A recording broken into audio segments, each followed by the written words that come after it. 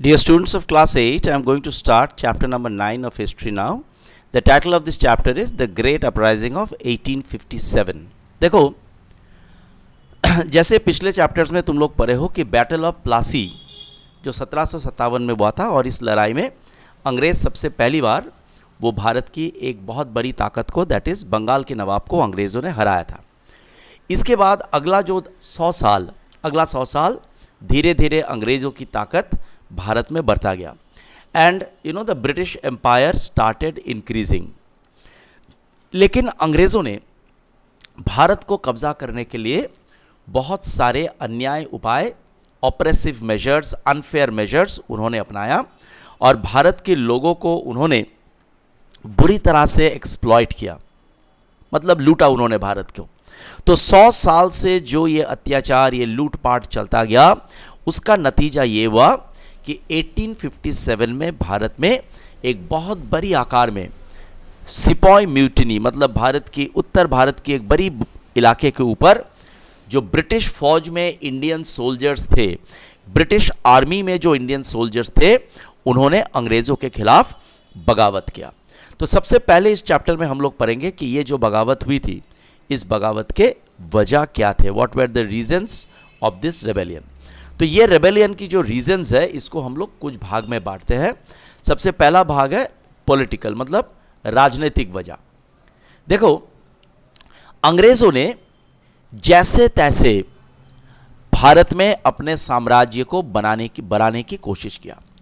Lord Dalhousie एक doctrine of lapse नाम की एक पॉलिसी लाया। इसमें कहा गया, देखो, भारत के जो राजा महाराजा होते थे, उनका अगर बेटा नहीं होता था सगा अपना, तो वो लोग क्या करते थे, किसी बच्चे को वो गोद लेते थे और उनके मौत के बाद वही बच्चा राजा बनता था। लेकिन ये डॉक्ट्रिन ऑफ लैप्स के तहत लॉर्ड डलहौसी ने कहा कि आइंदा जो भी भारत का राजा का अपना बेटा नहीं होगा, वो बेटा गोद नहीं ले सकता और उसकी देहांत के बाद उनका साम्राज्य जो है वो ब्रिटिश साम्राज्य का हिस्सा बन जाएगा। इस कानून के तहत वो झांसी, नागपुर, सतारा, ऐसे कई साम्राज्यों को, ऐसे कई भारत के राज्यों को उन लोग हड़प लिया। उसके बाद देखो, मुग़ल बादशाह जो थे, हालांकि उस वक्त मुग़ल बादशाह का ज़्यादा ताकत था नहीं, लेकिन सारा देश के लोग मुग़ल बादशाह को एक इज्जत की नज़र से वो देखते थे। लेकिन लॉर्ड डलहौसी ने हुक्म जारी किया कि बहादुर शाह जफ़र, जो उस वक्त मुग़ल बादशाह थे, बहादुर शाह जफ़र के मौत के बाद उनके परिवार को रेड फोर्ट छोड़ के जाना पड़ेगा और बहादुर शाह जफ़र के मौत के बाद अंग्रेज़ और किसी को मुग़ल बादशाह बोलकर वो सम्मान नहीं करेगा, स्वीकार नहीं करेगा। So Bahadur Shah will be the last Mughal emperor. ये जब अंग्रेज़ों ने ऐलान किया, ये सिर्फ भारत के मुसलमानों नहीं बल्कि हिंदुओं को भी, भारत की जनमानस में ये मुग़ल बादशाह की जो तौहीन किया गया, ये भारत की जनमानस में एक बहुत गहरा असर इसका पड़ा। इसके बाद देखो, अवध मतलब आज की जो उत्तर प्रदेश है, उस समय वहाँ पर एक राज्य हुआ करता था जिसका नाम था अवध। ये अवध के साथ अंग्रेज़ों का दोस्ती था और करीबन 70 साल अवध ने अंग्रेज़ों के साथ अपनी दोस्ती खूबी से निभाया। अंग्रेज़ों ने अवध के साथ सब्सिडियरी अलायंस साइन किया था और अवध ने अंग्रेज़ों के साथ अपनी जो दोस्ती है वो बड़ी खूबी से निभाया था और हर तरह से वो अंग्रेज़ों की मदद किया था। इसके बावजूद 1756 में लॉर्ड डलहौसी ये आरोप लगाकर, उस समय अवध की नवाब थे वाजिद अली शाह पर उन्होंने आरोप लगाया कि वाजिद अली शाह अपनी राजपाट की ठीक तरीके से देखभाल नहीं कर पा रहा है। ये कह के उन्होंने अवध छीन लिया। तो जब अवध को छीना गया तो बाकी भारत के जो रूलर्स थे, उनके मन में भी ये डर पैदा हुआ कि अंग्रेज किसी के साथ दोस्ती भी है तो उसका भी मर्यादा अंग्रेज नहीं मानते हैं। तो अंग्रेज अब किसी भी बहाने पे अंग्रेज किसी की भी राज्य छीन सकते हैं। ये एक डर भारत के रूलर्स के अंदर छा गया। इसके अलावा देखो, जो इंडियन रूलर्स थे वो अंग्रेज़ों पर उनका भरोसा उठ गया, क्योंकि अंग्रेज़ कई रूलर्स के साथ उनका जो ट्रीटी या अंडरस्टैंडिंग हुआ था उसको अंग्रेज़ तोड़ने लगा। तो आम तौर पे भारत की रूलर्स के मन में एक भय छा गया और वो they joined the many of this rulers, they joined the rebellion. इसके बाद देखो इकोनॉमिक कॉजेस। इकोनॉमिक कॉजेस में क्या था, देखो अंग्रेज़ों ने भारत के जो किसान थे, भारत में उन्होंने परमानेंट सेटलमेंट, रायतवारी सेटलमेंट, इस तरह की जो लैंड रेवेन्यू सिस्टम वो भारत में लागू किया था। इन लैंड रेवेन्यू सिस्टम के ज़रिए भारत के किसान को हर साल ढेर सारा लैंड रेवेन्यू उनको देना पड़ता था। तो किसान का जो हाल था वो बुरा से बुरा होते जा रहा था। इसके अलावा देखो भारत के किसान हमेशा ऐसा फसल उगाते थे जो फसल वो खा सके, लेकिन अंग्रेज़ों ने मजबूर किया भारत के किसान को कि वो इंडिगो, टी, कॉफ़ी ऐसे कैश क्रॉप उगाए, और सही पैसा न देकर अंग्रेज इन किसानों से ये कैश क्रॉप खरीद लेते थे। और बाद में देखो किसान के पास पैसा भी नहीं होता था कि वो अपना खाना वाना वगैरह वो खरीदे। तो ये भी किसानों को बड़ा गुस्सा कर दिया। उसके बाद देखो अंग्रेज़ों ने क्या किया, भारत से सस्ते दाम में कोयला, आयरन ओर, कॉटन, ये सारे जो रॉ मटेरियल्स है वो सस्ते दाम में भारत से खरीदा, इंग्लैंड ले गया, कारखाना इंग्लैंड में बनाया, और इंग्लैंड के कारखाने में बना जो माल है वो भारत की बाज़ार में ज़्यादा दाम में बेचने लगा। तो इससे क्या हुआ, भारत की पैसा, तो भारत का जो व्यापारी है वो व्यापार नहीं कर पाया। भारत के जो कारखाने हैं, जो हैंडीक्राफ्ट कारखाने हैं, भारत के जो सामान बनाने वाले लोग हैं, वो अंग्रेज़ों के साथ compete नहीं कर पाया। इसके अलावा देखो भारत से कोई भी माल विदेश जाता था तो उसके लिए भारत के व्यापारियों को या भारत के अंदर भी माल बेचने के लिए जो भारत के मैन्युफैक्चरर्स थे, माल बनाने वाले थे, उनको बहुत ज़्यादा टैक्स देना पड़ता था, लेकिन ब्रिटिश गुड्स को कोई टैक्स देना नहीं पड़ता था। तो इसीलिए ब्रिटिश गुड्स का दाम बहुत ज़्यादा कम था, इंडियन गुड्स का दाम ज़्यादा था। तो इंडियन गुड्स धीरे धीरे भारत के बाज़ार में और बाहर का बाज़ार में भी बिकना बंद हो गया या बहुत कम बिकने लगा। तो बहुत ज़्यादा लॉस में Indian businesses started suffering great loss, और धीरे धीरे भारत में कारोबार ठप पड़ गया। तो ये सारे जो वजह है, इसके वजह से काफ़ी आर्थिक या फाइनेंशियल ट्रबल, मुसीबत भारत के लोगों को सहना पड़ा। उसके बाद वाला देखो रिबेलियन का जो कारण है उसको कहते हैं सोशियो रिलीजियस कॉजेस। देखो अंग्रेज इंडियंस को हमेशा नीची नज़र से देखते थे और कभी भी किसी भी ऊंचे पोस्ट में वो इंडियंस को अपॉइंट नहीं करते थे। इसके बाद देखो क्रिश्चियन मिशनरीज, मतलब क्रिश्चियन प्रीस्ट्स, वो भारत में आकर हर एक तरीके से इंडियंस को क्रिश्चियनिटी में बदल रहे थे। तो भारत के जो हिंदू मुसलमान थे उनमें एक डर फैल गया कि ये लोग हमारी धर्म को बर्बाद करने में तुले हुए हैं। उसके बाद देखो जो अंग्रेज़ों ने सती सिस्टम को रोका, विडो रीमैरिज लागू किया, विधवाओं का पुनर्विवाह लागू किया। इसके अलावा और भी कई धार्मिक और सामाजिक जो हमारे प्रथा थे उनको उन्होंने रोका। तो इससे काफ़ी सारे इंडियंस को लगने लगा कि ये अंग्रेज हमारे धार्मिक और सामाजिक प्रथाओं के साथ वो खिलवाड़ कर रहे हैं। इसके अलावा देखो जो अंग्रेज इंडिया में इंग्लिश एजुकेशन एस्टैब्लिश किया, तो हमारे जो ट्रेडिशनल पुराने ज़माने की जो एजुकेशन था वो धीरे धीरे बर्बाद होने लगा।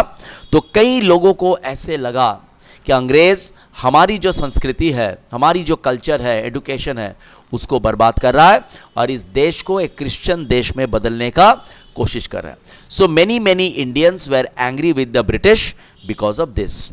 उसके बाद देखो मिलिट्री कॉजेस। उस वक्त जो भारत में ब्रिटिश फौज था, उस ब्रिटिश फौज के ज़्यादातर जो फौजी थे वो इंडियंस हुआ करते थे। ये इंडियंस फौजी धीरे धीरे अंग्रेज़ों से बहुत ज़्यादा गुस्सा होता गया क्योंकि ब्रिटिश ऑफिसर्स उनके साथ बहुत बुरा सलूक करते थे। उसके बाद देखो मैनी इंडियन, देखो उस समय जो हिंदूस थे वो हिंदुओं का मानना था कि वो अगर समुंदर पार करके विदेश जाएगा तो उनका धर्म भ्रष्ट हो जाएगा। तो अंग्रेज क्या करने लगे, ब्रिटिश सोल्जर्स, इंडियन सोल्जर्स को वो बाहर भी लड़ने के लिए भेजने लगे। इससे जो हिंदू फौजी थे उनको लगने लगा कि अंग्रेज क्या कर रहे हैं, हमारी धर्म को, हमारी जात पात को नष्ट करने में तुले हुए हैं। So they started becoming angry with the British. देखो 1856 में अंग्रेज़ों ने एक लॉ पास किया जिसको कहते हैं जनरल एनलिस्टमेंट लॉ। इस लॉ के मुताबिक ये अब देखो ये लॉ के मुताबिक अब इंडियन सोल्जर्स मजबूर हो गए कि जहाँ पे भी उनको भेजा जाएगा उनको जाना पड़ेगा, और ढेर सारे नंबर में इंडियन सोल्जर्स को बाहर, देश के बाहर लड़ने के लिए भेजा जाने लगा। तो हिंदूज को लगने लगा कि भाई, उस वक्त के जो हिंदूज थे उनका कुसंस्कार था कि देश के बाहर जाने से वो सोचते थे कि उनका धर्म भ्रष्ट हो जाएगा। तो जो हिंदू सिपाही थे वो अंग्रेज़ों के ऊपर बहुत ज़्यादा गुस्सा होने लगा। इसके अलावा देखो, इंडियन सोल्जर्स को ब्रिटिश फौजियों के मुताबिक काफ़ी कम तनख्वाह मिलता था। This also made the Indian soldiers very very angry. तो गुस्से का ये सब वजह तो बना हुआ था, लेकिन exact reason why the rebellion took place, उसका वजह ये था कि अंग्रेज़ों ने देखो एक एनफील्ड राइफल नाम की एक नया राइफल आर्मी में लाया था। ये राइफल का जो बुलेट था, वो बुलेट के ऊपर एक चमड़ा से बना हुआ एक बैग के अंदर ये बुलेट होता था। तो ये बैग को दांत से काट के बुलेट निकाल के राइफल के अंदर घुसाना पड़ता था। अब देखो एक अफवाह फैल गया कि ये जो चमड़े का, जो लेदर का जो कवरिंग है बुलेट का, ये गाय और सुअर का जो चमड़ा है वो मिला के बनाया गया है। अब देखो गाय जो है वो हिंदू के लिए होली एनिमल है, और मुसलमान लोग जो है वो सुअर को बहुत डर्टी एनिमल के रूप में देखता है। मुसलमान कभी सुअर नहीं खाते। तो दोनों हिंदू और मुसलमान वो गुस्सा हो गए अंग्रेज़ों के ऊपर। तो ये अफवाह फैल गया कि ये अंग्रेज़ सुअर और गाय का चमड़े से मिलाकर ये जो चमड़े का कवरिंग बनाया गया है वो जानबूझकर बनाया है ताकि हमारा जात और धर्म भ्रष्ट हो जाए। तो इसके खिलाफ सिपाही बहुत गुस्सा हो गए और ये एनफील्ड राइफल यूज़ करने से वो इनकार कर दिए। तो एनफील्ड राइफल यूज़ करने से जब वो इनकार किए, इसी को लेकर ये रेबेलियन शुरू हो गया।